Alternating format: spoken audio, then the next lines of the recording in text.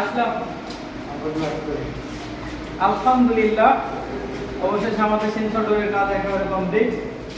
তো আমার জানা নাই যে চাঁপাইনবাবগঞ্জে আবারও সেন্সর ডোর আছে কিনা, থাকলেও আছে। আর আসলে নিজের হাতে সব করা আসলে খুব সুন্দর বা ভালো একটা ব্যাপার। ফার্স্ট টাইম আমরা চাঁপাইনবাবগঞ্জে সেন্সর ডোর করছি।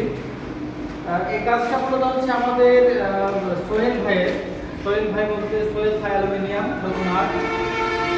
আর সার্বিক সহযোগিতায় আমি এবং আমার টিম প্রস্তাব ভাই অ্যালুমিনিয়াম এসএস গ্যালারি।